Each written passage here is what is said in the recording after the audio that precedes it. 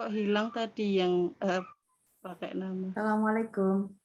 Waalaikumsalam warahmatullahi wabarakatuh. Alhamdulillah.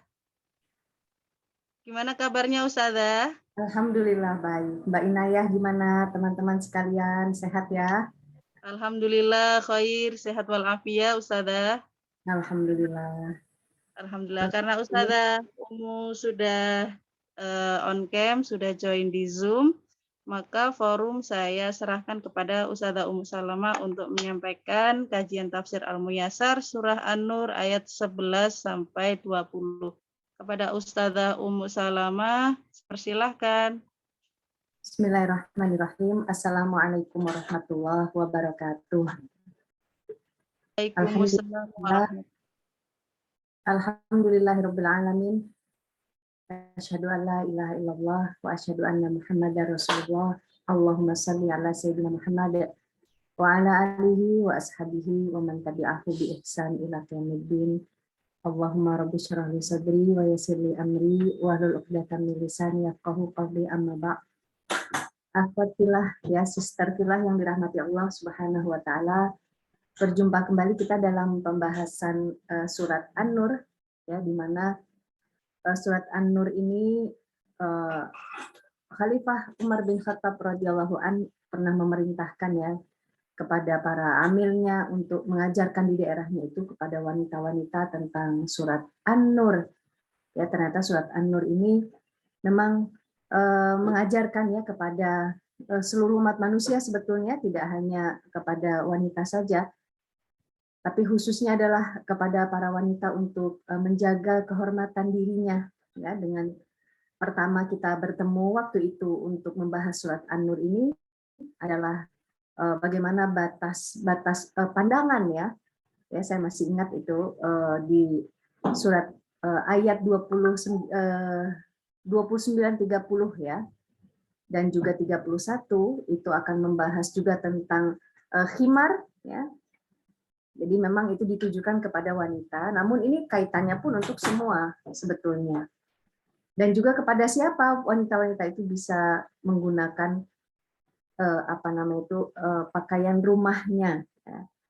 Itu disebutkan beberapa pihak yang bisa melihat perempuan ya dalam keadaan pakaian tabadul atau dalam keadaan tabadul, dia dalam pakaian yang tidak berjilbab dan tidak berkerudung ya, artinya ada pakaian rumahnya.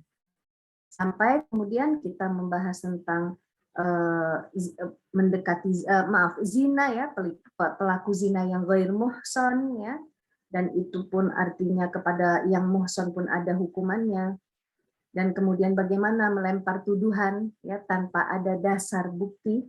Nah, ini kembali pada surat ayat ke-11 ini kita akan melihat bagaimana perilaku ya seorang munafik ya, kabair munafik ya, yaitu Abdullah bin Ubay bin Salul melakukan tuduhan ya pada satu peristiwa ketika menjadi sebab turunnya ya ayat ke-11 ini. Nah, baik, saya bisa minta tolong di share.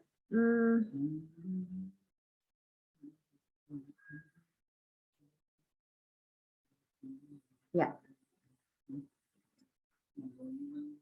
bisa diperbesar ya. Ya, silakan lanjut. Ya, a'udzubillahi minasyaitonirrajim. Bismillahirrahmanirrahim. Innal ladzina ja'u bil ifki usbatum minkum la tahsabuhu syarrul lakum huwa khairul lakum likulli imri'in minhum maktasaba minal itsm walladzi tawalla Walladzi tawalla kibrahu minhum lahu adzabun azim. Sesungguhnya orang yang ja'u bil ifki, mereka yang datang yang membawa al-ifk. Jadi peristiwa ini dikenal dengan peristiwa al-ifk ya, ifku. Al-ifki karena ada bi di situ. Ya. Usbatun minkum adalah segolongan dari segolongan manusia yang membawa peristiwa itu dari kalian, ya. La tahsabuhu syarran lakum, ya, maka dia tidak, janganlah kamu mengira yaitu menjadi buruk bagi kamu, ya, bal huwa khairul lakum, bahkan itu menjadi kebaikan bagi kamu, ya. Likulli imri'in minhum, setiap di antara mereka itu mendapatkan iktasaba, ya, minal ithm, apa yang mereka perbuat mereka akan mendapatkan dosanya, ya. Apa yang mereka perbuat, ya, setiap dari manusia itu apa yang diperbuat maka mereka akan mendapatkan bagian dari dosanya itu, ya. Walladzi tawalla kibarahu, dan barang siapa yang di antara mereka mengambil bagian terbesar dari dosa yang diperbuatnya, maka mereka memiliki atau mendapatkan azab yang besar pula. Ya, lanjutkan. Nah, ayat 12-nya, ya, kita baca dulu. Laula idh sami'tumuhu dhannal mu'minuna wal mu'minatu bi anfusihim khairun. Maaf ya, ini saya pakai kitabnya langsung, ya. 20.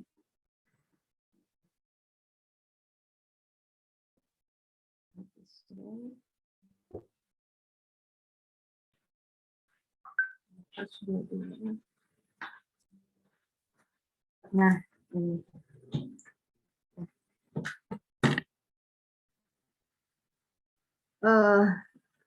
Laula idh sami'tumuhu dhannal mu'minuna wal mu'minatu bi anfusihim khaira wa qalu hadza ifkum mubin, ya. Mengapa orang mukmin dan mukminat itu, ya, tidak berbaik sangka, ya, kepada diri mereka sendiri, ya, ketika kemudian mereka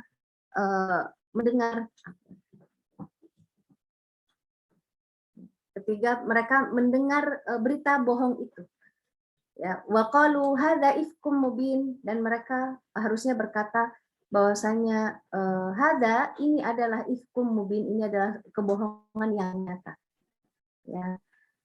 Berikutnya di ayat 13, laula ja'u alaihi bi arba'ati syuhada fa idlam ya'tu bi syuhada'i fa ulaika 'indallahi humul kadzibun. Ya, mengapa mereka yang menuduh itu tidak membawa 4 orang saksi, ya. Oleh karena mereka tidak membawa saksi-saksi, maka mereka itu dalam pandangan Allah adalah dusta.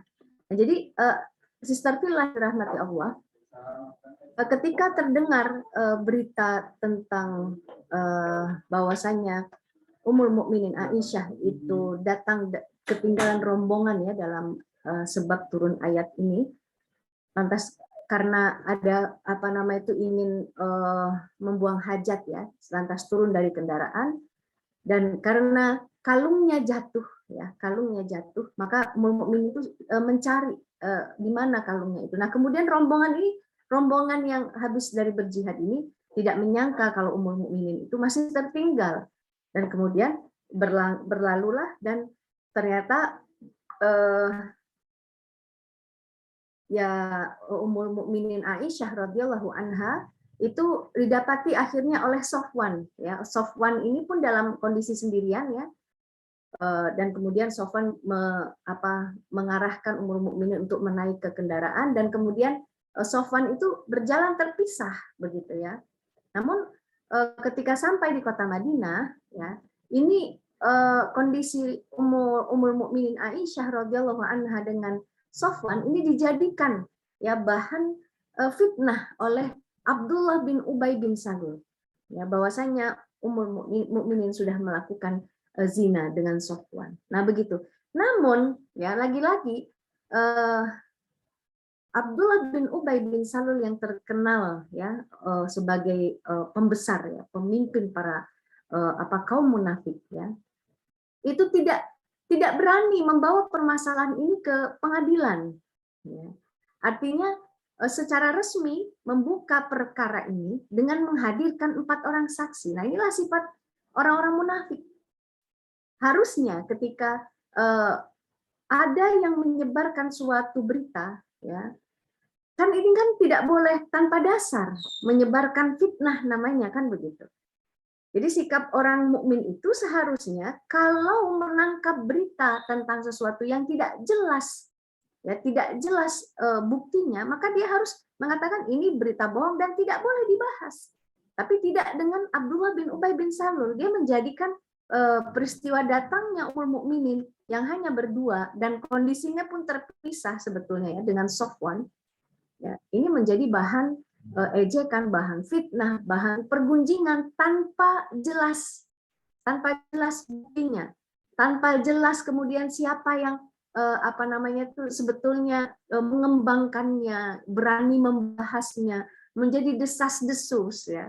Nah, karena itu sama halnya seperti berita-berita infotainment ya sebetulnya, hampir-hampir mirip ketika misalnya menyebarkan suatu berita gosip dan sebagainya. Namun itu bukan untuk pertama tidak ada, bisa jadi tidak ada bukti-buktinya, ya. Lantas itu dijadikan berita yang hot issue, itu sebetulnya berdosa. Sesungguhnya ya orang yang beriman itu, harus berhenti untuk menjadikan ini pembahasan. Nah, dalam asbabun nuzulnya nanti ada seorang beberapa umat Islam ya, orang-orang beriman itu terkait ya dengan pembahasan ini, bahkan mereka pun turut serta ya membahas tuduhan-tuduhan kepada Ummul Mukminin Aisyah radhiyallahu anha.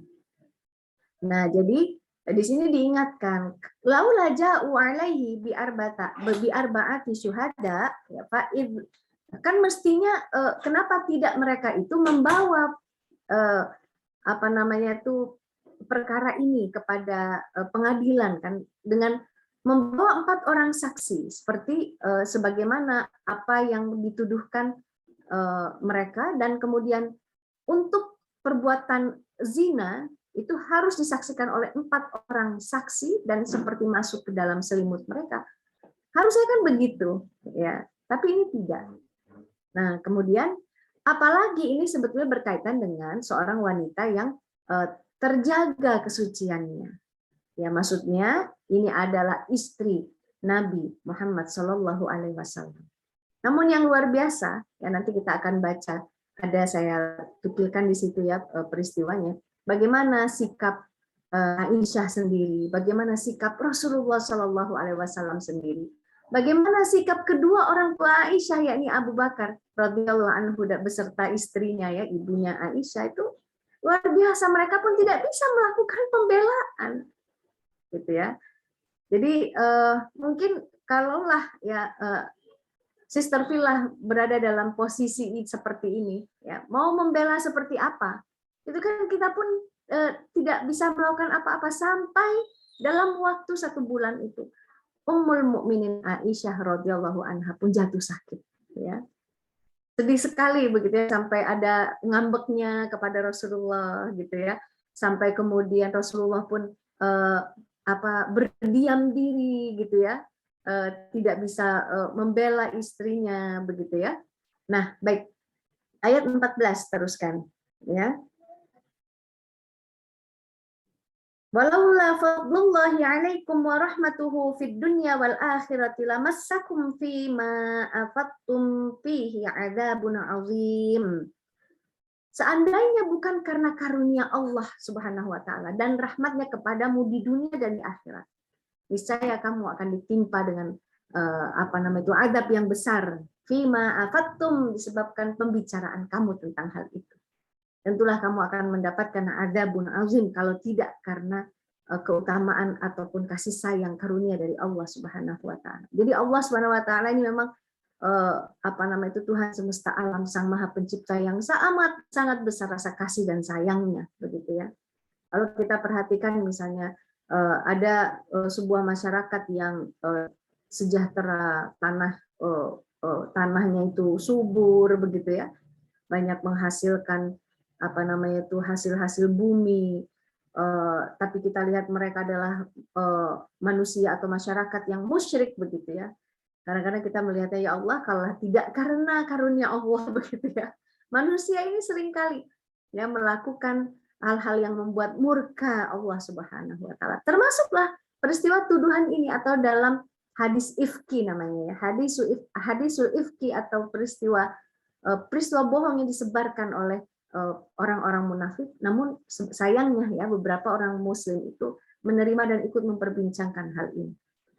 Ya, berikutnya kemudian iztalaqawnahu bi alsinatikum wa taquluna bi afwahikum ma laysa lakum bihi ilm wa tahsabunahu haynan wa hum 'indallahi 'azim.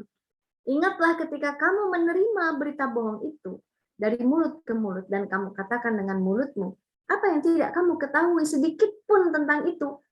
Ya, sedangkan kamu menganggapnya hayyin, menganggap itu hainan, suatu yang remeh, maka sesungguhnya itu enggak remeh di sisi Allah. Ya, jadi hati-hati dengan gosip-gosip begitu ya tanpa bukti. Sudah, seharusnya apa? Seharusnya kita tuh stop membahasnya. Ya. Jangan sering membahas sesuatu apalagi mengenai tuduhan perzinaan yang dilakukan seorang manakala tanpa bukti. Ya. Berikutnya kemudian walaula idz sami'tumuhu qultum ma yakunu lana an natakallama bihadza subhanaka hadza buhtanun 'adzim. Dan mengapa kamu tidak berkata ketika mendengarnya? Nah, seharusnya ya an natakallam bihadza subhanaka hadza buhtanun 'adzim. Maha suci Engkau ya Allah, sungguhnya ini adalah kebohongan yang besar. Ya, Allah itu mengingatkan dalam ayat ini. Selanjutnya kemudian ya'izumullahu an ta'udu limithlihi abada in kuntum mu'minin. Ya, Allah itu menasihati kamu, memperingatkan kamu ya agar anta'udu limithlihi abada, agar kemudian jangan mengulangi lagi peristiwa seperti itu selamanya. Kalau kamu orang yang beriman. Jadi ada in kuntum mukminin, ini merupakan apa ya, peringatan dari Allah lafaz ini ya. Kalau kamu memang orang yang beriman, jangan lagi lakukan seperti itu ya. Wa yubayyinullahu lakumul ayat wallahu alimun hakim. Dan Allah ya telah menjelaskan bagi kalian ayat-ayat ya dan Allah itu yang maha mengetahui lagi maha bijaksana ya. Jadi Allah Subhanahu wa taala menurunkan ayat ini tentang haditsul ifki itu kamu ambil pelajaran ya. Dan terakhir adalah innalladzina yuhibbuna an tasyi'al fahishatu fil ladzina amanu lahum 'adzabun alimun fid dunya wal akhirah wallahu ya'lamu wa antum la ta'lamun. Sesungguhnya orang-orang yang ingin agar tasyi'a ya menyebar peristiwa itu, berita bohong itu di kalangan orang-orang yang beriman, maka mereka itu mendapatkan adab yang pedih di dunia dan akhirat. Dan Allah lah yang maha mengetahui, sedangkan kamu itu tidak mengetahui. Walaula fadlullahi alaikum wa rahmatuhu wa annallaha raufur rahim. Nah itu ya. Kalaulah bukan karena karunia Allah dan rahmatnya, niscaya kamu itu ditimpa adab yang besar. Sungguh Allah maha rauf, ya Allah maha penyantun, dan rahim, Allah itu maha penyayang. Nah, akhwatillah, bagaimanakah tafsir muyasarnya di ayat 11-nya saya tukilkan. Silakan. Nah, innalladzina ja'u bi asyna'il kadhib ya. Jadi ada yang dari itu bukan masyar ya, muyassar ya. Ada yang salah ketik sedikit. Jadi yakni orang-orang yang datang dengan berita kebohongan. Wa huwa tihamul ladzi ummul mu'minina wa huwa tihamu ummil mu'minina Aisyah. Nah, mereka melemparkan ittiham. Ittiham itu tuduhan kepada ummul mukminin Aisyah radhiyallahu anha bil fahisyah, bahwasanya Ummul Mukminin telah melakukan kekejian. Siapakah? Jama'atun mutanasibuna ilaikum la tahsabu muntasibuna ilaikum. Ya, mereka adalah jamaah ya, muntasibuna ilaikum la tahsabu qaulahum syarrul lakum. Ya, mereka adalah sekelompok orang yang sebentar ya.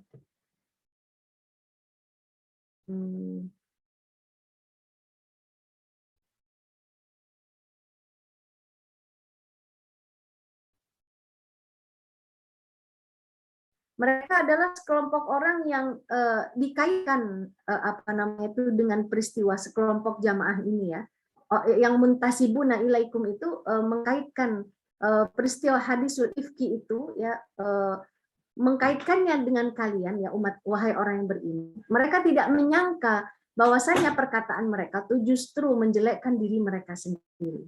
Ya, bal huwa khairul lakum. Ya, namun mereka itu sesungguhnya itu bisa menjadi kebaikan bagi mereka. Jadi ini membuktikan bahwasannya itu adalah peristiwa bohong. Ya, lama tadamana dzalika ya min tabarruati ummil mu'minina wa nizahatiha ya wa tanwiyati bidzikriha. Nah, dalam berita itu ya itu terkandung bahwasanya ummul mukminin itu terlepas dari tuduhan itu dan mengandung bahwasanya dibuktikan kesuciannya ummul mukminin itu ya dari penyebaran cerita-cerita mereka itu dengan menyebut bahwasanya ummul mukminin itu telah melakukan perbuatan keji. Al muslimina likulli fardin takallam bil ifki ya. Juz fi'lihi minad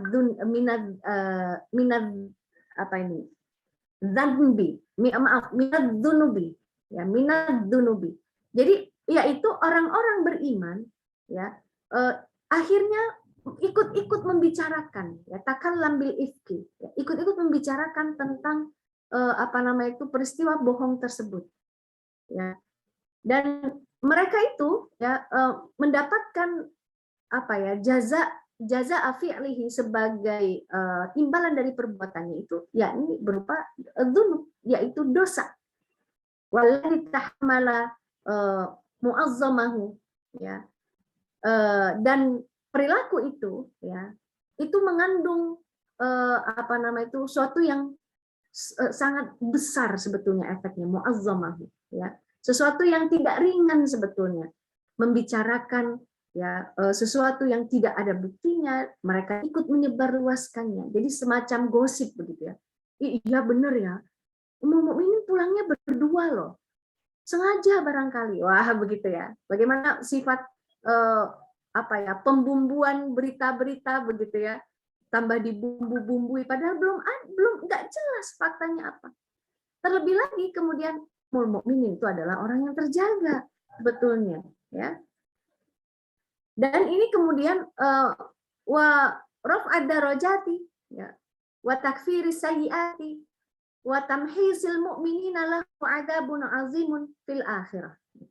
Dan sesungguhnya bagi orang yang dikenakan tuduhan itu ya, mereka itu justru terangkat derajatnya. Dikurangi oleh Allah Subhanahu wa taala sayyiatnya, keburukan-keburukannya ya. Dan ini meringankan mereka, tamhis ya, meringankan dosa-dosa orang beriman, dan bagi mereka ya yang menuduh itu mendapatkan adab yang besar di akhirat. Bahkan wa huwal khuludu fid darkil asfali min la'anahullahu wa huwa ya. Bahkan yang menyebarkan berita itu mereka khuludun al-khuludu wa huwal khuludu, mereka itu khalidina kalau dalam isim fa'ilnya. Mereka itu kekal di neraka yang paling dasar ya, gelap, paling dalam ya. yaitu dia adalah Abdullah bin Ubay bin Salul, ya la'anahullahu, Allah telah melaknatnya, sampai begitu. Ya, Abdullah bin Ubay bin Salul. Dia ini adalah ya kabiril munafiqina, dia adalah kabiril munafikin. Jadi ketuanya, yang paling seniornya dari golongan orang munafik. Ya. Jadi mereka ini ada di dalam neraka. Sebentar saya lihat itu ada yang agak terbalik ya. Nah, fidarkil asfali minan nar, gitu ya. Anarnya ke bawah ya. Fidarkil asfali minan nar. Nah, dari sini ya, Sister Villa yang dirahmati Allah ya. Kita mendapati bahwasanya silakan di ini ya ditampilkan, saya mencuplik enggak di ini ya. Jadi ada satu cerita hadis sebetulnya yang sangat panjang begitu ya. Yang tadi sudah saya ceritakan di awal bahwasanya bagaimana Ummul Mukminin itu didapati ketika tertinggal dari rombongan yang pulang dari jihad fisabilillah ya, akhirnya ketinggalannya itu ternyata dia ditemui oleh Safwan ya. Apa nih ya, sebentar saya lihat di sini.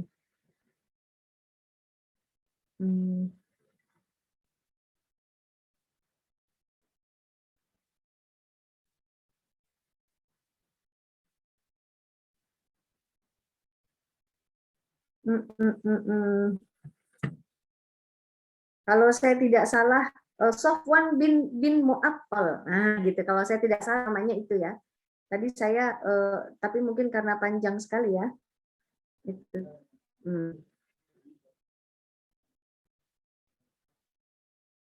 Jadi nama sahabat Rasulullah Shallallahu Alaihi Wasallam yang menemukan Aisyah dalam kondisi sendirian, ya itu adalah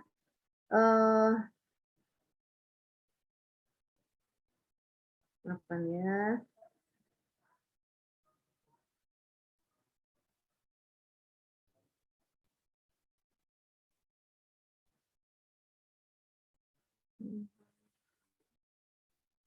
Safwan bin al-Mu'attal. Nah itu ya, jadi namanya. Nah kemudian yang ikut juga ya menyambut cerita itu adalah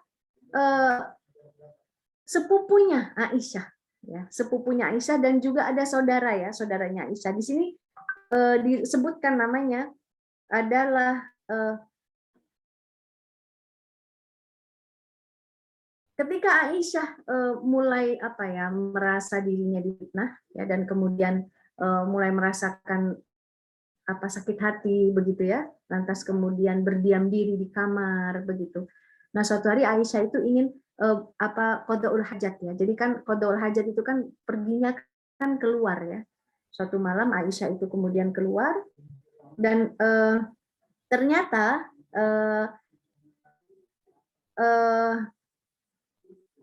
Ummul Mukminin itu mendengarkan ya, mendengarkan ditemani ya keluar itu oleh dengan Ummu Mistah. Ummu Mistah di sini. Kemudian Ummu Mistah yang menemani Aisyah ini tergelincir ceritanya karena memang waktu itu di malam hari. Lantas dengan latah dia mengeluarkan kalimat, celaka anakku si Mistah. Ya, gitu. Aisyah bertanya, mengapa engkau berkata demikian, mencaci maki orang yang ikut perang? Anakmu itu kan ikut perang dalam perang Badar. Nah kemudian Ummu Mistah pun berkata, wahai junjunganku, tidakkah engkau mendengar apa yang dikatakan? Aisyah bertanya, apa yang dikatakan? Lalu Ummu Mistah menceritakan fitnah yang sudah tersebar luas itu. Nah gitu, dari situ kemudian bertambahlah sakitnya Aisyah. Nah gitu ya.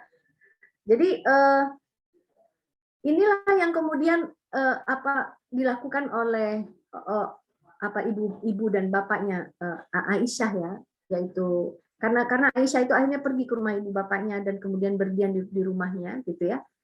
Dia ingin ibu bapaknya membelanya gitu ya. Namun apa jawab ibu dan bapaknya? Kami ini tidak bisa, wahai anakku, tabahkan hatimu ya. Demi Allah, sangatlah sedikit wanita cantik yang dicintai suaminya serta dimadu, melainkan akan banyak yang menghasutnya. begitu ya. Jadi tidak bisa melakukan apa-apa. Jadi menghibur saja orang tuanya. Ya, semacam begini misalnya.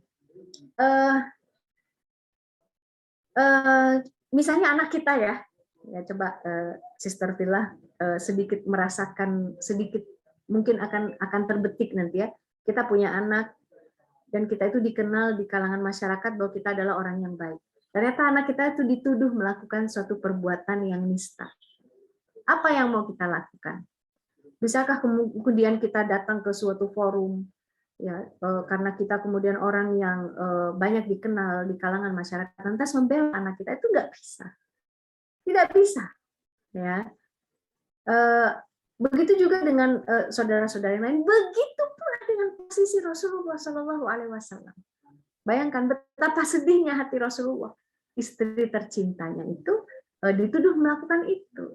Tapi mungkinkah ya, bisa jadikah apa memang istrinya melakukan itu? Rasulullah juga tidak bisa memastikan.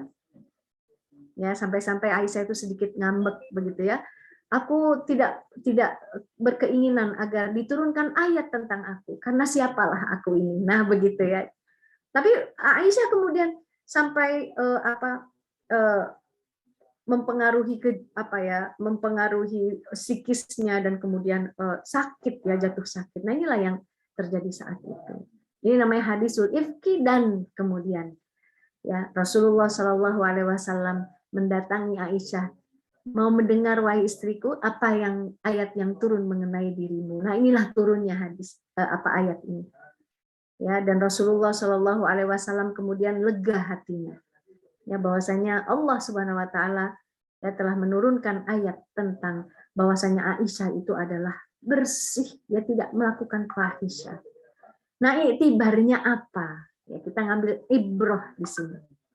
Satu, perbuatan menuduh wanita baik-baik berzina tanpa bukti adalah perbuatan keji dan dosa. Jadi walaupun ya dia orang yang menyebarkan perbuatan keji itu tidak mendapatkan sanksi apa-apa. Kenapa saya katakan tidak dapat mendapatkan sanksi? Karena dia tidak membawa dan tidak berani pula dia membawa permasalahan ini ke ranah pengadilan. Ini kan sebetulnya kan pengecut ya, betul nggak? Kalau memang dia memastikan orang itu melakukan zina, harusnya dia bawa ini ke pengadilan, hadirkan 4 orang saksi. Karena dia tidak mampu melakukan itu, karena itu memang adalah dia memanfaatkan momen ya, di mana bisa ada fitnah di situ. Maka dia besar-besarkanlah peristiwa itu menjadi seakan-akan ummul mukminin telah melakukan zina. Maka ini adalah perbuatan fahisyah. Ya, dan ini adalah perbuatan keji dan dosa. Jadi dalam hadis-hadis itu, memang Abdullah bin Ubay bin Salul ini adalah kabair yang munafik, ya, yang senantiasa sikapnya itu seperti menunjukkan kedekatan kepada umat Islam ya, kepada Rasulullah. Namun di belakang itu dia sering sekali yang membunuh ya karakter Rasulullah SAW dan para sahabat. Ya, Rasulullah SAW itu sebetulnya tahu siapa Abdullah bin Ubay bin Salul. Namun dia ini tetap menunjukkan sepertinya dia adalah seorang mukmin. Ya, dan tidak bisa dihukumi. Karena apa? Dia pun tidak melakukan sesuatu hal yang memang bisa dipertanggungjawabkan. Kalau misalnya seorang mukmin mengatakan, saya ini sebetulnya sudah nggak percaya dan Rasulullah, saya kafir, ya, maka itu dia bisa dipertanggungjawabkan. Oh, betul, ditanyakan, ya, apakah dia sadar dengan perbuatannya? Itu baru orang yang mampu bertanggung jawab atas apa yang dia ucapkan, karena dia mengucapkan. Tapi tidak dengan Abdullah bin Ubay bin Salul. Dia itu tidak juga mengaku bahwa dia bukan orang yang beriman, gitu ya. Makanya dia adalah termasuk orang-orang yang munafik, ya. Nah, kedua, seorang munafik besar ya melakukan penyebaran fitnah dengan desas-desus karena kebenciannya kepada Islam dan Rasulullah Shallallahu Alaihi Wasallam. Siapa tadi? Abdullah bin Ubay bin Salul.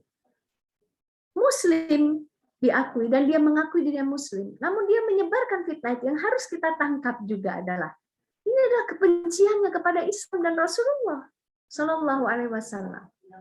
Sama halnya ketika terdapat orang yang mengaku umat Islam, lalu dia rajin sekali getol ya melakukan penyebaran misalnya ajaran Islam yang disimpangkan olehnya. Ya misalnya tidak betul ya Islam itu bisa mengurus masalah negara.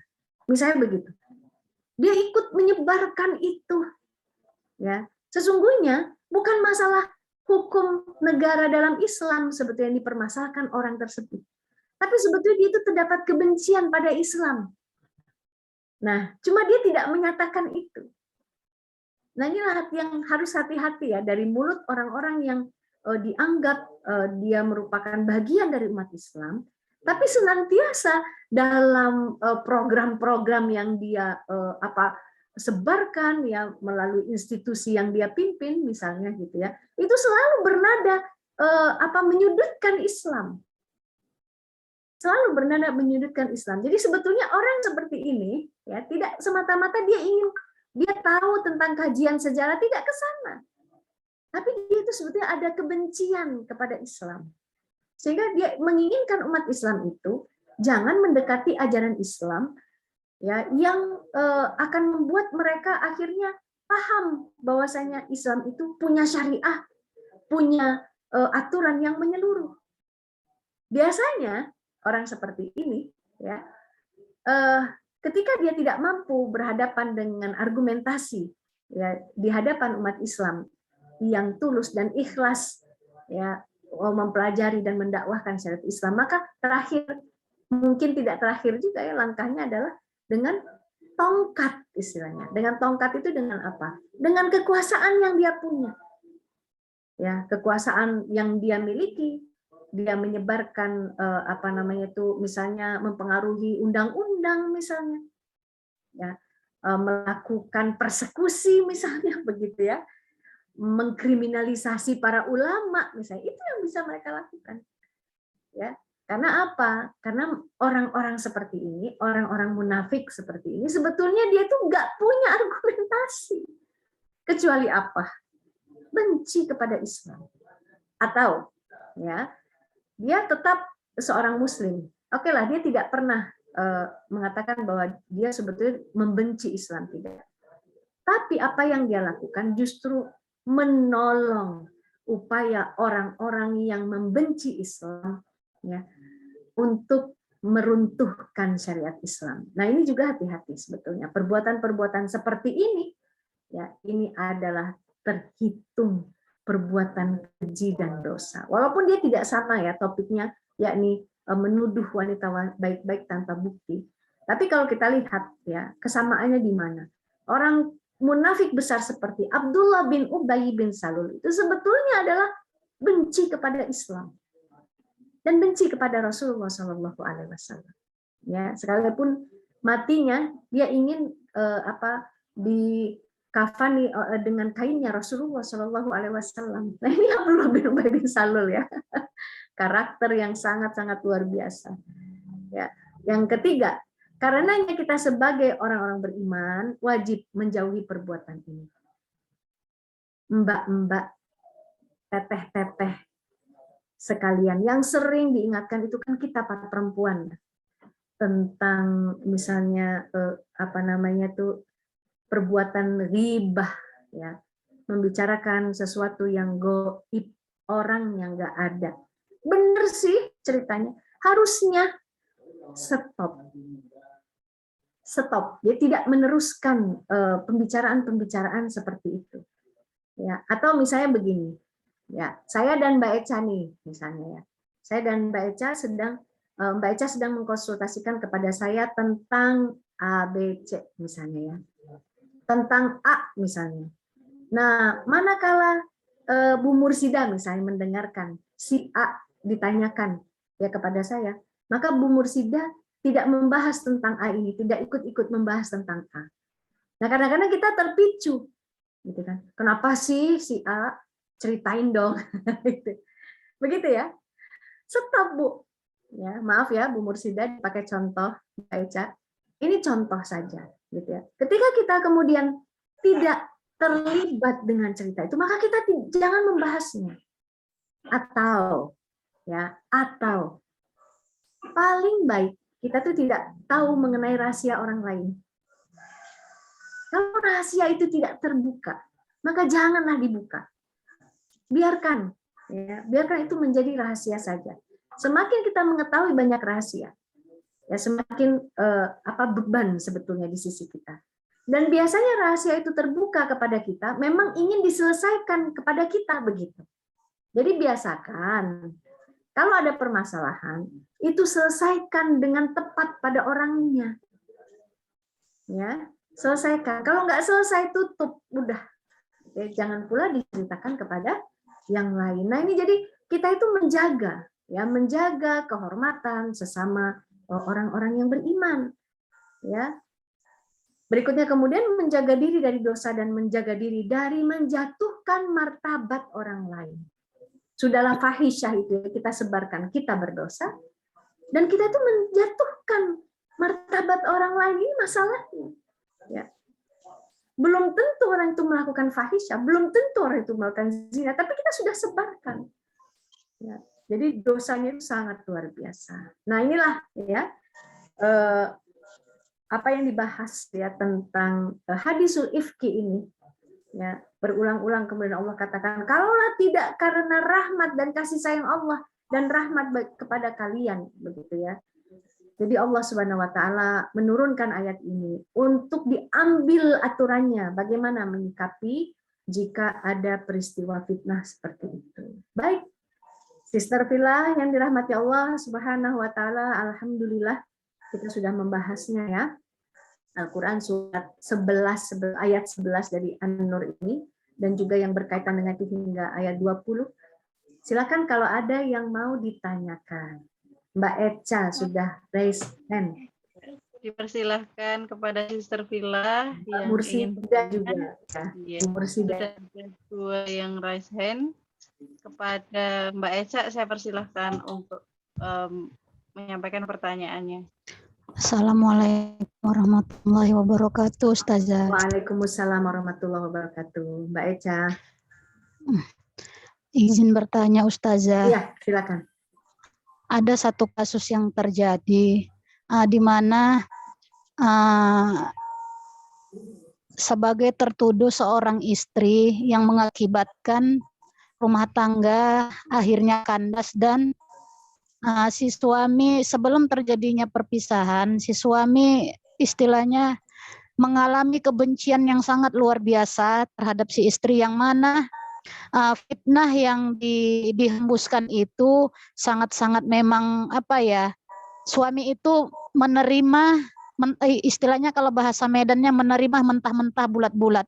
Nah, apakah peristiwa atau perceraian yang terjadi yang disebabkan fitnah yang memang yang pertama tidak bisa dibuktikan dan memang tidak mendasar, apakah perceraian yang terjadi itu antara suami dan istri yang awalnya memang keriduan dari istri itu tidak ada karena memang itu tidak berlaku, apakah dunia dan akhirat si pelaku penghembus fitnah itu menanggung segala dosa-dosanya, Ustazah? Ya. Jazakillah khairan katsiran, Ustazah. Iya. Baik, Mbak Echa, sebetulnya telan mentah-mentah dan bulat-bulat itu istilah semuanya. TIIS itu ketawa dia. Karena kalau di Bandung itu bukan telan barulet-barulet, tidak juga. Jadi memang ini satu peristiwa rumah tangga ya, sama seperti apa yang dialami oleh Ummul Mukminin. Ini pun hati Rasulullah SAW juga merasa istri dituduh demikian, namun tidak bisa juga membela, begitu ya. Maka kita harus melihat bagaimana cara penyelesaian peristiwa rumah tangga. Ada dalam An-Nisa ayat 45, ya. Maaf, ayat 35. A'udzubillahi minasyaitonirrajim. Wa in khiftum syiqaqa bainahuma fab'atsu hakaman min ahlihi wa hakaman min ahliha yurida islaha yuwaffiqillahu bainahuma innallaha kana 'aliman khabira. Jika kamu khawatirkan ada syiqaqa bainihima, ya bainahuma, ada persengketaan di antara kedua suami istri itu, maka utuslah hakaman min ahlihi, orang yang dianggap hakam itu bijaksana. Jadi hakaman ini nggak sembarang orang, dari pihak suami, ya, hakaman min ahliha, dan orang yang hakaman dari pihak istri itu. Jika mereka berdua menginginkan islaha, jika mereka berdua menginginkan untuk kembali ya baik lagi hubungan di antara keduanya itu, ya Allah akan menunjuki kepada mereka berdua, sesungguhnya Allah adalah maha mengetahui lagi maha dekat ya, maha mengenal ya terhadap ciptaannya. Nah, jadi di sini rojulan adlan dalam tafsir. Siapakah hakaman itu? Orang yang adil, ya. Rojulan adlan min ahli zauji wa rojulan adlan min zaujati, ya, min zatihi. Jadi orang yang adil dari pihak istri, orang yang adil dari pihak suami. Jadi jangan mengutus orang yang suka subjektif. Ya, sebagai contoh ya, Mbak Eca ya, sebagai contoh, yang sudah punya anak, anaknya pernah berkelahi nggak? Pernah ya, di sekolah. Anak kita dituduh, Bu, anak ibu gigit anak saya sampai biru. Ya, ini pengalaman saya. Ya, apa yang harus kita lakukan dengan anak kita? Anak saya masih TK tuh, ya. Maka pertama ya saya belajar sebetulnya itu anak saya loh ya. Saya suka ceramah Bu di sekolah itu gitu ya. Waduh, gimana ini caranya? Terima kasih sama gurunya, terima kasih Ibu sudah memberi informasi. Boleh tahu di mana rumah anak yang digigit? Oh, di sana. Saya datang ke sana, saya bawa anak saya. Pak, ini anak saya yang gigit anak Bapak. Gimana kabarnya Pak anaknya? Ini ya, katanya bapaknya kan marah. Nah, silakan dihadapi. Walaupun anak saya juga masih kecil, masih TK, saya lihat anak saya itu dia ada rasa takutnya, gitu ya, dia harus bertanggung jawab. Nah, begitu. Tapi kalau ya ini mah salah satu contoh baik dari saya aja, yang buruknya ditutupi Allah ya.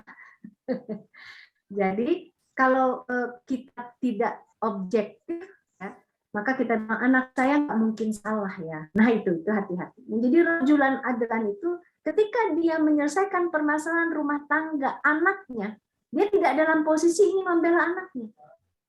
Nah lihatlah bagaimana sikap ibu bapaknya Ummul Mukminin.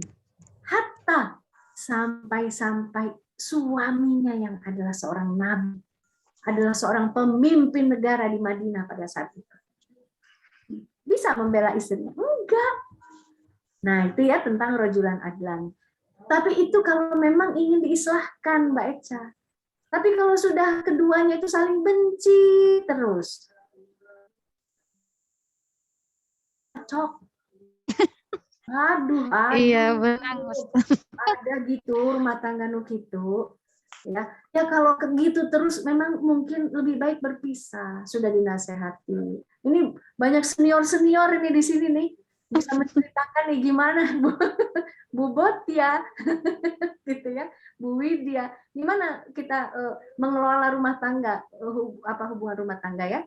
Nah sebetulnya kalau saya lihat Mbak Eca, memang dasarnya nggak ada yurida islaha, memang udah nggak pengen islah.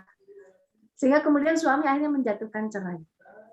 Ya, tapi ingat ya, tadi hukum menyebarkan fahisyah itu adalah dosa besar. 1, 2.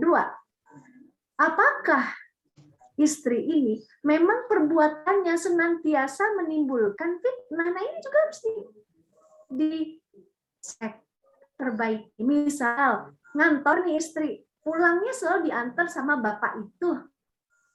Berdua, nggak naik motor, naik mobil.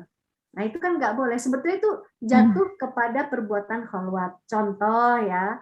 Nah ini yang harus sebetulnya tidak boleh disimpan terus, luka-luka rumah tangga. Iya, bagus. Ya Bu Botia ya. Luka-luka rumah tangga itu nggak boleh disimpan terus. Dengan keahlian, kalau yang sudah puluhan tahun komunikasi terlatih dengan suami, sampaikan. Seperti kalau suami ingin gini, yang orang sekarang kan gitu ya Bu, yang saya mau ngomong ada sedikit syakwa sangka dalam hati saya. apa dong, ngomong dong. Nah itu biasanya akan lebih clear. Tapi kalau sudah sering disimpan, ya, dan keduanya tidak terlatih untuk memang berkomunikasi dengan enak, begitu ya, menanggapi dengan santai, gitu. Jadi jadinya itu persahabatan yang luwes, gitu ya, membinanya.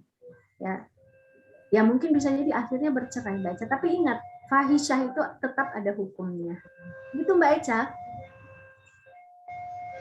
Jazakillah Ustazah. Bagi yang difitnah, yaitu tadi, ada hadisnya ya, dosa-dosanya dikurangi, diambil oleh orang yang memfitnah.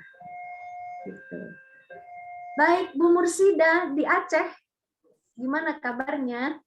Alhamdulillah. Assalamualaikum Ustazah. Waalaikumsalam warahmatullahi wabarakatuh. Bu, silakan. Mudah-mudahan sehat terus ya Ustazah. Amin, amin. Lagi banyak Omikron nih di Bogor. Ya. Luar biasa. Setiap minggu kita menambah ilmu baru ya Ustazah. Ya. Alhamdulillah Bu Mursida, alhamdulillah. Jadi saya sangat sedih hari ini Ustazah. Nah, kenapa tuh Bu?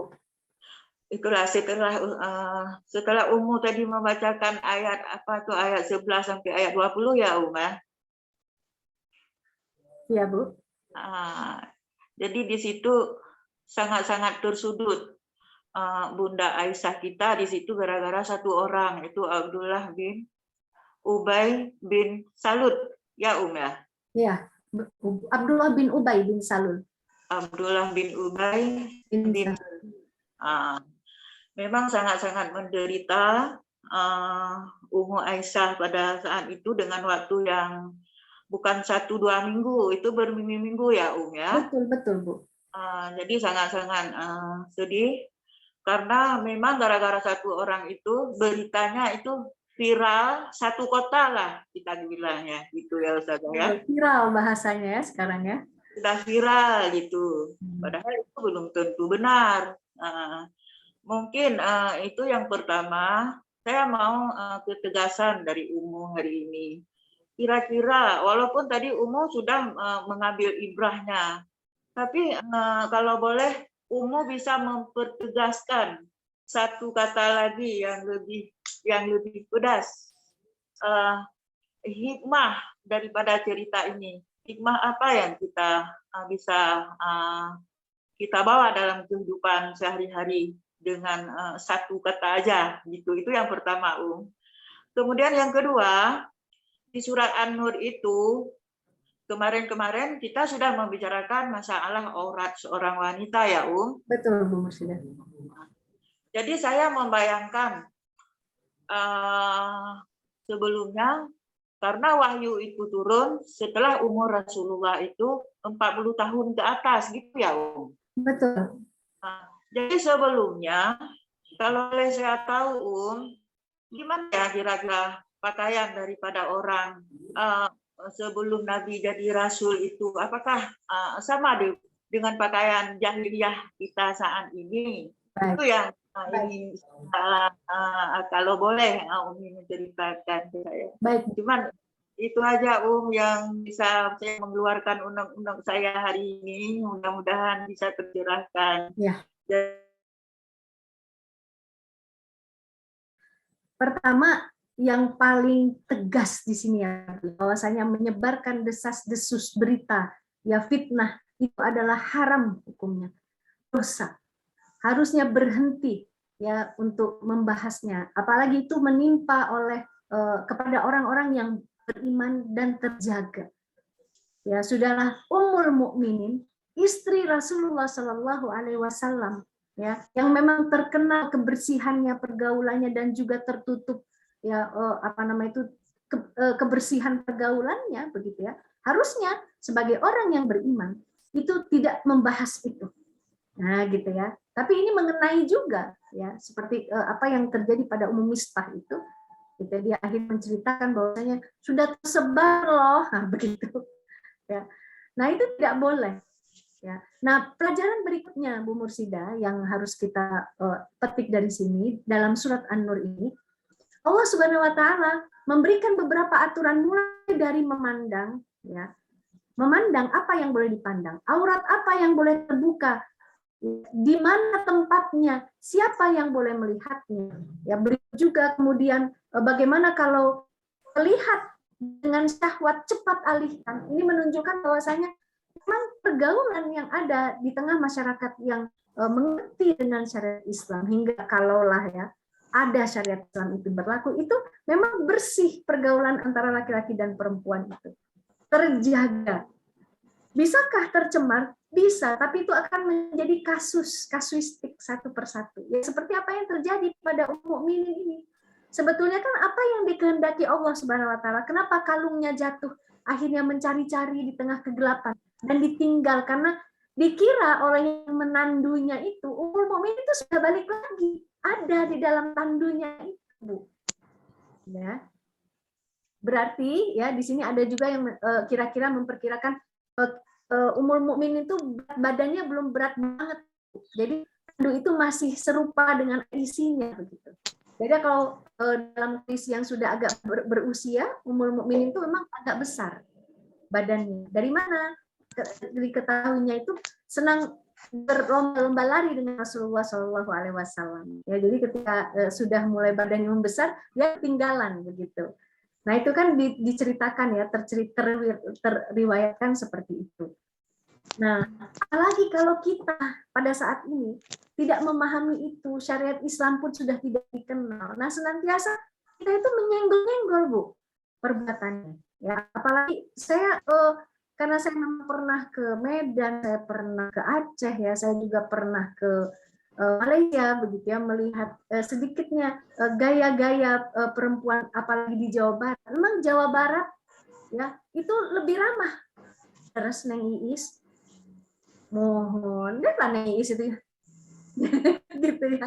Memang begitu, Bu. Tapi kalau di Malaysia yang saya rasakan di Medan itu enggak, kita kalau lewat nggak usah punten-punten Neng Iis ya. Nah, dari sisi keramah-tamahan memang ada suatu yang tidak hanya etnis tertentu ya, itu memang ada batasan sebetulnya. Jadi kalau bertanya topik misalnya belanja, topiknya itu saja. Jadi enggak misalnya mau Bu beli ini, mau berapa, 2 atau 1, enggak gitu. Kalau dia bilang beli udah 1 enggak ditanya lagi. Jadi sebetulnya ada ya dampak-dampak dari pemahaman terhadap syariat Islam yang kental di sebuah negeri itu terhadap pergaulan, biasanya masih dampak, Bu. Seperti contoh, apa yang terjadi di Arab Saudi ya, ada kira-kira mungkin 20 tahun yang lalu, nggak tahu kalau sekarang ya, pernikahan itu dipisah, Bu.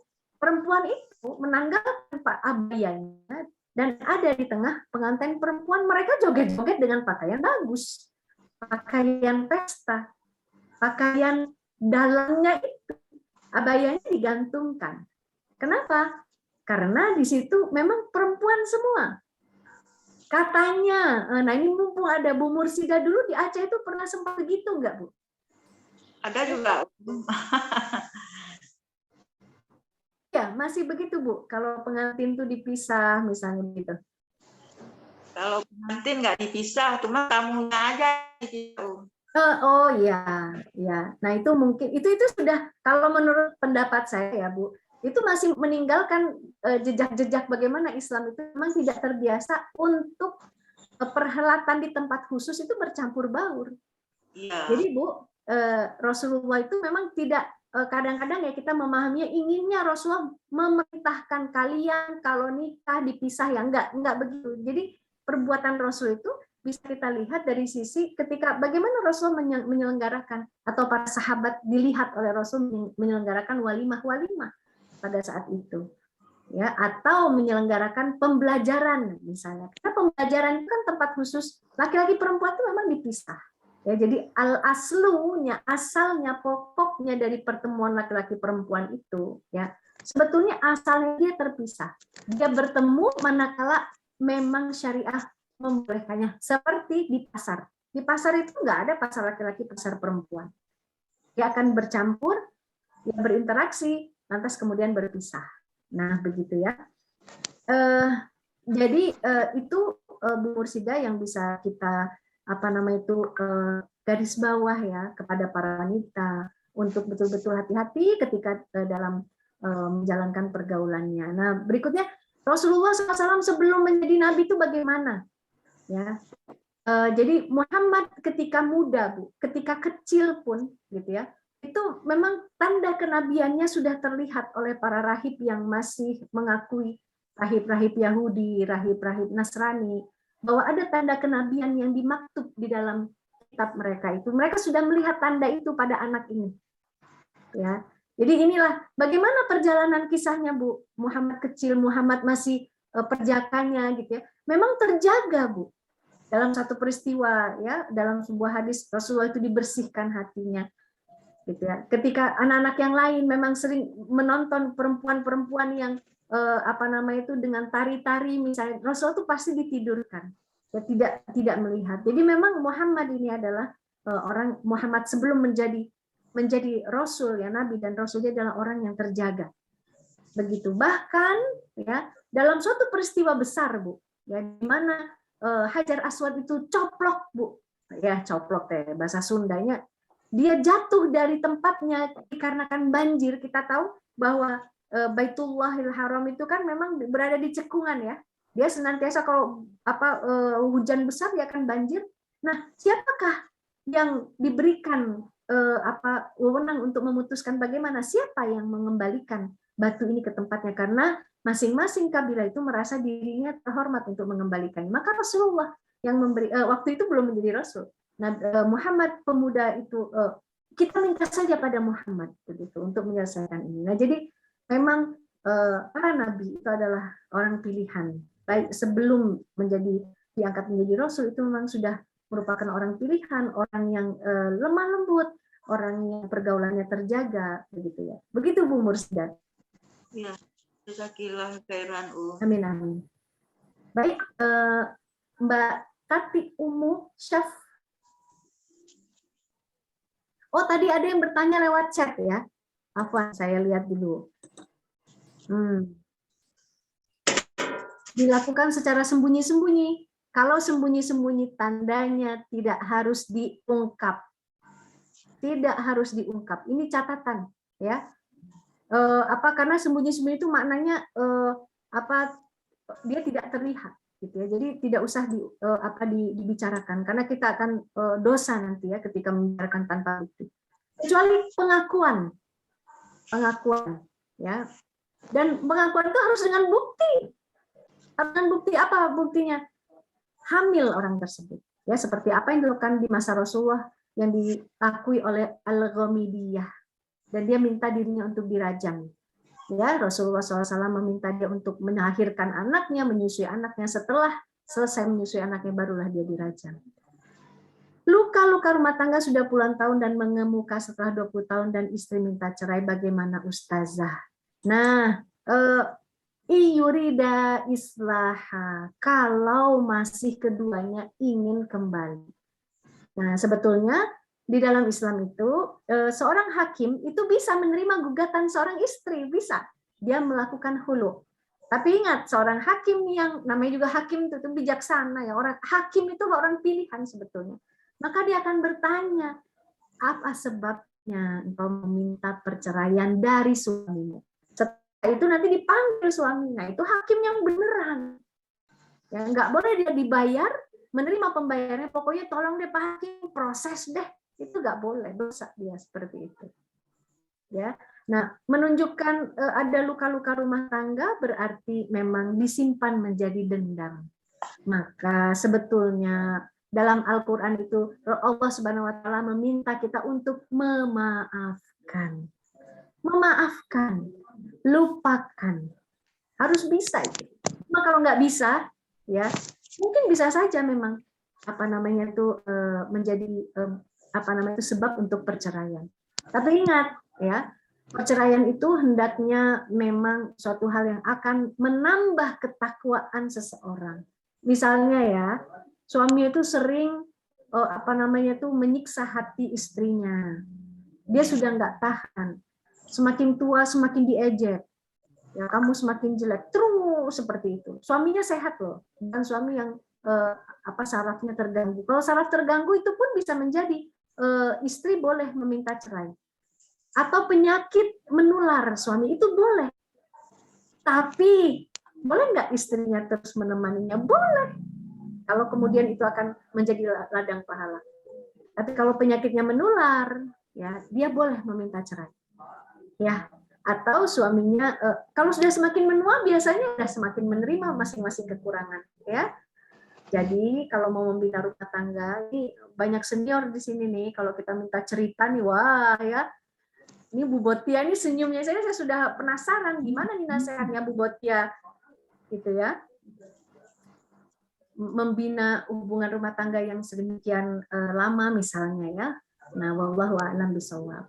Begitu, ini pertanyaan Bu Tati bukan ini, atau Mbak Tati mau membuka kamera apa namanya itu speakernya? Tadi bukan pertanyaan saya. Oh, jadi raise hand-nya masih ini ya? Iya, maksud saya Mbak Tati mau bertanya, silakan. Iya betul saja. Terima kasih sebelumnya sudah diberikan kesempatan. Alhamdulillah saya baru bisa bergabung 2 kali soleh sebentar.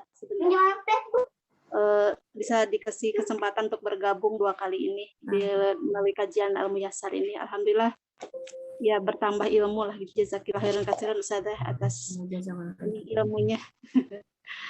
Terkait dengan ini Ustazah, apa tadi saksi gitu ya. Saksi untuk perzinahan, Islam begitu istilahnya memberatkannya sangat berat gitu ya, dengan diharuskannya menghadirkan 4 orang saksi. Kemudian terkait dengan keharusan itu gitu ya, apalagi di zaman sekarang sudah ada terbantu teknologi tuh Ustazah gitu ya, dengan misalnya ada CCTV dan lain sebagainya lah gitu, bisa berupa rekaman suara atau gambar gitu ya. Apakah itu bisa tadi ya menggantikan sisi yang 4 orang itu, atau ada hukum tersendiri buat tadi kemajuan teknologi sebagai bukti gitu untuk menguatkan tuduhan penuduh gitu ya di dalam Islam itu? Mohon penjelasannya. Kemudian kalau diperbolehkan satu lagi Ustazah, ini pun pernah terjadi, maksudnya ada seorang laki-laki dewasa gitu ya yang pernah menyampaikan ke saya dilema ketika dia melewati sebuah jalan nusoro orang selamat bika itu kadia gitu ya. Jauh ke sana kemari gitu ya, kemudian posisinya malam sekitar jam 10-an gitu ya, dia menemukan kata laki-laki itu bilangnya ke saya, kayaknya akhwat deh teh gitu ya, soalnya dia melihat penampilannya pakai jilbab kemudian pakai khimar, dia sendirian tengah kegelapan pinggir jalan gitu, sepertinya lagi menunggu angkutan umum. Yang nggak tahu gitu ya, dia itu apakah diturunkan di jalan atau bagaimana, kan dia juga tidak mengenal. Cuman dia pas lewat naik motor lihat ada perempuan sendiri di tengah kondisi seperti itu, kan dilema ya antara mau membantu dengan membiarkan gitu ya. Nah terkait dengan tadi ayat tadi gitu ya, yang ternyata Sufyan pun menemukan Ibunda Aisyah sendirian gitu ya, sedang mencari barang yang hilang, dan kalau ketidakdeman akhirnya menimbulkan. Nah lalu yang ingin saya tanyakan, kalau terkait dengan kasus itu di zaman sekarang gitu ya, seperti tadi menemukan perempuan yang sendirian di tengah malam jauh ke sana kemari, dikhawatirkan tentang keamanannya, apa yang harus dilakukan oleh seorang ajnabi atau laki-laki asing terhadap perempuan tuh? Baik. Barangkali itu saja. Ya. Pertama tentang apa namanya audio visual ya, atau rekaman CCTV itu tidak bisa dijadikan barang bukti. Itu mendukung saja, tidak bisa menggantikan posisi syahidain. Kalau 2 saksi ya, hendaklah dipersaksikan 2 orang saksi, karena syahid itu ya itu adalah isim fa'il itu pelakunya yang menyaksikan, jadi tidak boleh dia digantikan, dia hanya mendukung saja, mendukung, dicari dan kemudian terkait saksi yang menyaksikan di situ itu akan ditanya, begitu saja. Ya, jadi tidak bisa menjadi barang bukti, melainkan itu mendukung saja untuk melihat ada siapa, misalnya terlihat oh ternyata ada orang itu di situ yang memperhatikan, maka kita akan mencari orang tersebut. Ya, dan hendaknya untuk perkara-perkara seperti itu saksi itu tidak boleh menyembunyikan apa yang dia lihat. Ya, karena sungguhnya kalau dia diminta untuk bersaksi, itu baik sekali dia bersaksi. Begitu, ya. Jadi makanya saksi itu dia merupakan perbuatan yang mulia sebetulnya, ya, menyaksikan dan kemudian dia menyampaikan sebagaimana apa yang ada dalam persaksiannya. Yang pertama, ya. Yang kedua kemudian dari peristiwa Sofwan bin Al-Mu'attalah dengan apa yang dia lakukan itu bukanlah suatu yang salah. Ya. Jadi, apa yang dia lakukan meminta untuk berjalan lebih dulu ya Ummul Mukminin, dia kemudian berada di belakang, itu bukan suatu perbuatan yang salah. Kalau digonceng, nah Ibu ya, kalau kemudian satu ditandu dengan satu unta, nah itu baru salah. Ya sudah, ini memberikan kepada kita pelajaran. Apa yang sedangkan laki-laki tadi? Kalau perempuan seperti tadi, maka dia bisa berjalan tetap naik motor duluan. Saya memandu Mbak dari belakang sampai ke tempat yang ramai. Ya, sampai ke tempat yang ramai, sudah itu nggak usah didekati perempuannya. Sudah Mbak, sana. Pulang. Mana rumahnya? Jadi jangan, mangga atuh, silakan. Saya bonceng, saya gonceng, begitu. Itu sudahlah bukan mahram, ya, dosa, dan itu termasuk khalwat, gitu ya. Kecuali kalau bentor itu tidak apa-apa karena dia tidak nempel duduknya. Jadi beruntunglah kalau ada bentor di situ. Dan kemudian perempuannya juga itu harus diingatkan. Dan kita pernah nih Bu, awal dasar ini Bu, itu membahas sampai kepada An-Nas, Quran surat An-Nas. Al-Falaq, qul a'udzu birabbil falaq min syarri ma khalaq wa min syarri ghasiqin idza waqab. Jadi yang kita ambil pelajaran itu berlindung dari waktu malam ketika dia mulai gelap, ya. Allah menceritakan di situ, Allah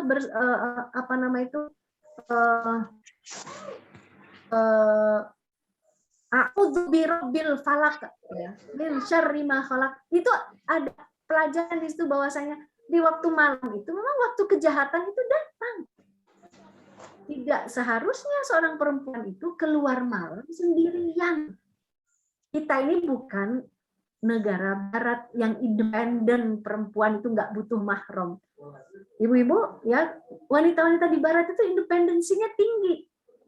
Contoh, nggak takut dia cerai. Nah gitu ya. Oh kalau gitu orang timur takut dicerai, bukan begitu. Dia ada pengaruh pandangan-pandangan barat Bu kalau wanita di barat. Sekalipun dia muslimah, ya itu ada sedikit banyaknya ya paparan bahwa dia itu nggak takut gitu loh untuk ya nggak apa-apa kalau kamu mau pengen cerai aku cerai dah gitu ya. Itu kan soal perceraian ya. Cerai itu boleh kan walaupun hal yang dibenci. Nah yang tidak boleh itu ya dia mengadopsi semua ide kebebasan itu bahwasanya aku keluar malam juga nggak apa-apa. Nah itu nggak boleh begitu ya. Kita naik nyetir mobil sendiri aja Bu, siapa yang bisa menyangka kalau ban mobil kita gembos di jalan gimana? Udah tubeless kok ban mobil saya, tubeless Bu, paku sekarang nyobek Bu, ya. Nah apa yang terjadi? Sama seperti ada beberapa cerita ibu-ibu orang tua murid ya. Dia kalau nganter anaknya sekolah Bu, atasnya aja kerudung Bu, bawahnya itu baju tidur. Gitu ya. Dengan harapan aman lah cuma nganter anak. Ternyata bocor bannya Bu di jalan. Gitu ya. Sampai dia mau keluar itu karena itu nggak boleh seperti itu. Jadi harus tetap hati-hati termasuk memilih ketika malam hari karena memang kejahatan itu akan lebih memilih waktu yang sepi, yang gelap ya, maka berhati-hatilah gitu ya. Nah, begitu yang bisa saya berikan Bu Tati ya. Jadi apa yang dilakukan oleh Sofwan dan Aisyah. Justru kalau Sofwan tuh kaget sekali tuh. Ya Allah, Ummul Mukminin kok sendirian.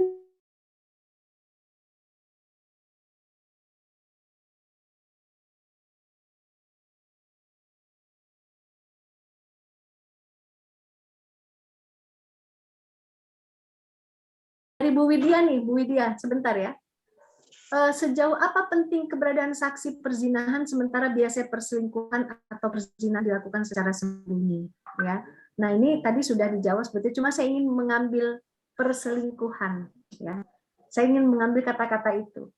Perselingkuhan ini sangat marak sekali ya. Perselingkuhan ini sangat marak karena kita memang merasakan ketakwaan itu semakin jauh di rumah tangga ya. hubungan semakin hambar, sehingga kemudian dia mencari jalan untuk memperbarui hubungan yang menurut dia lebih indah daripada dengan istri atau suami kepada istri kepada suaminya. Nah ini hati-hati, gitu. Karena itu perselingkuhan ini, gitu ya, kuncinya satu takwa. Bukan semata-mata kita mampu merawat diri, merawat komunikasi, enggak. Tapi satu, perselingkuhan ini dosa, maka kuncinya harus takwa. Kedua, ya, manakala memang ada keinginan para suami, nah gitu ya, mah aku kok pengen nikah lagi.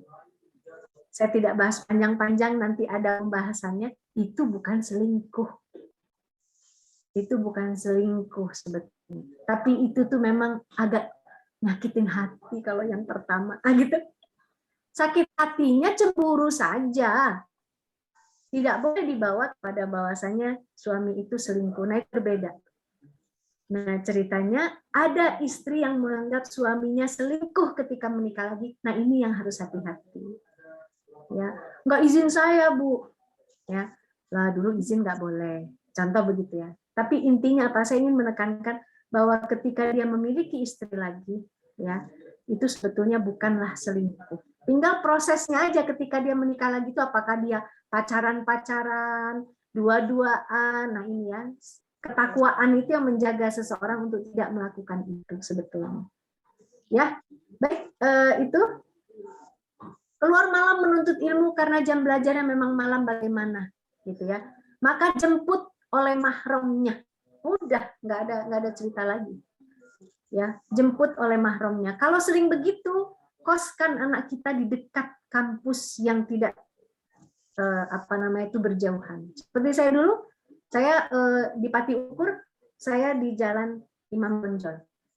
Itu juga melalui beberapa jalan yang sepi, tapi alhamdulillah tidak pernah keluar malam ya, tidak pernah ada jam yang sampai kuliah malam. Ya, dan sebisa mungkin memang kalaulah, jadi kan keluar dengan mahram ini kan safar ya, wajib itu ketika safar. Ketika dekat sebetulnya masih ada dispensasi. Nah, tapi keamanannya harus diperhatikan. Untuk apa? Urgensinya sejauh mana? Kalaulah bisa dibelikan mobil anak perempuannya, mungkin akan lebih aman. Saya katakan begitu mungkin, kenapa? Karena kita titip pesan ke anak kita, mobil ini bukan untuk keluar malam yang tidak ada keperluan syar'i ya nak, gitu. Tetap ya, Ibu, karena menjaga beberapa kemungkinan. Ya, kejahatan itu selalu mengincar di mana-mana. Baik, Ibu Slihah, itu yang bisa saya jawab. Mudah-mudahan sudah terjawab semua. Ya, Ibu-ibu, terima kasih atas waktunya, sudah mantengin saya. Mudah-mudahan berguna ya pembahasan kita pada sore hari ini. Tetap semangat, mudah-mudahan Allah Subhanahu wa taala menolong seluruh permasalahan ibu-ibu semua. Mohon maaf dari saya. Al-afu minkum. Assalamualaikum warahmatullahi wabarakatuh. Waalaikumsalam warahmatullahi wabarakatuh. Jazakillah khairan Ustadzah Umu yang telah menyampaikan tafsir dari Quran Surah An-Nur ayat 11 sampai 20. Menjadi pengingat untuk kita dan menjadi warning untuk kita selaku seorang muslimah ya, yang banyak fitnah itu datang dari kaum perempuan. Nah, sebagai seorang muslimah kita hendaknya senantiasa meminta perlindungan kepada Allah, senantiasa menjaga kehormatan kita sebagai seorang perempuan ya, agar terhindar dari hal-hal yang keji ya, hal-hal yang fahisyah. Dan jazakillah khairan kepada Sister Filah yang telah berpartisipasi aktif, memberikan pertanyaan sehingga menjadi wawasan juga untuk teman-teman yang lain yang tidak bertanya. Kemudian jazakunallahu khairan juga atas kehadirannya dalam kajian tafsir pada sore hari ini. Semoga Allah Subhanahu wa taala memberi kekuatan dan keistiqomahan kita untuk menghadiri kajian tafsir Al-Muyassar di setiap hari Rabu sore. Dan ya insyaallah jazakumullah khair. Dan Tak lupa pula mengingatkan kepada Sister Villa yang belum bergabung dalam kajian intensif. Kita punya program yang namanya Together into Firdaus ya. Di situ dipersilahkan kepada akhwati Villa yang ingin bergabung bisa join link yang telah di-share oleh panitia di kolom chat ya. Kita di situ akan mendapatkan bimbingan dari para ustadzah untuk mengkaji Islam lebih mendalam, lebih intensif ya dari akar hingga ke daun buahnya. Tentang permasalahan ataupun tentang ilmu-ilmu dari ilmu dasar hingga ilmu yang penting ya, ilmu yang sangat penting untuk kita ketahui sebagai seorang muslim. Nah, dari saya sebagai moderator mencukupkan pertemuan pada sore hari ini cukup sampai di sini, dan saya mohon maaf jika banyak kekurangan dan kehilafan dalam membersamai pada kajian sore hari ini. Mari kita tutup kajian tafsir kita dengan membaca hamdalah, istighfar, dan doa kafaratul majlis. Alhamdulillahirabbil alamin. Astaghfirullahaladzim, astaghfirullahaladzim, astaghfirullahaladzim. Subhanakallahumma wa bihamdika. Asyhadu an la ilaha illa anta. Saya akhiri. Wassalamualaikum warahmatullahi wabarakatuh. Waalaikumsalam.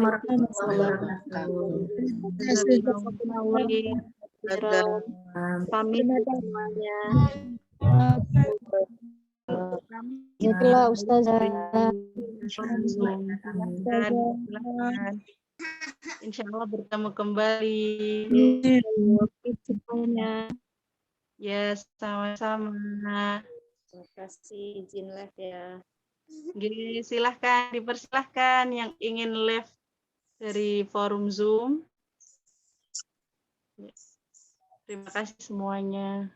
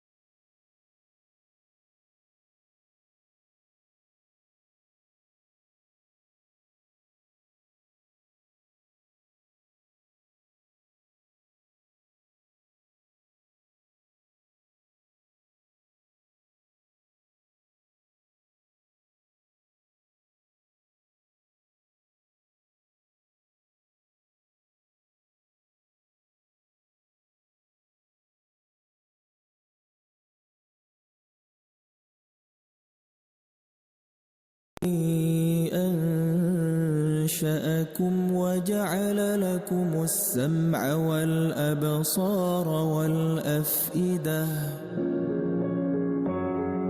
قليلا ما تشكرون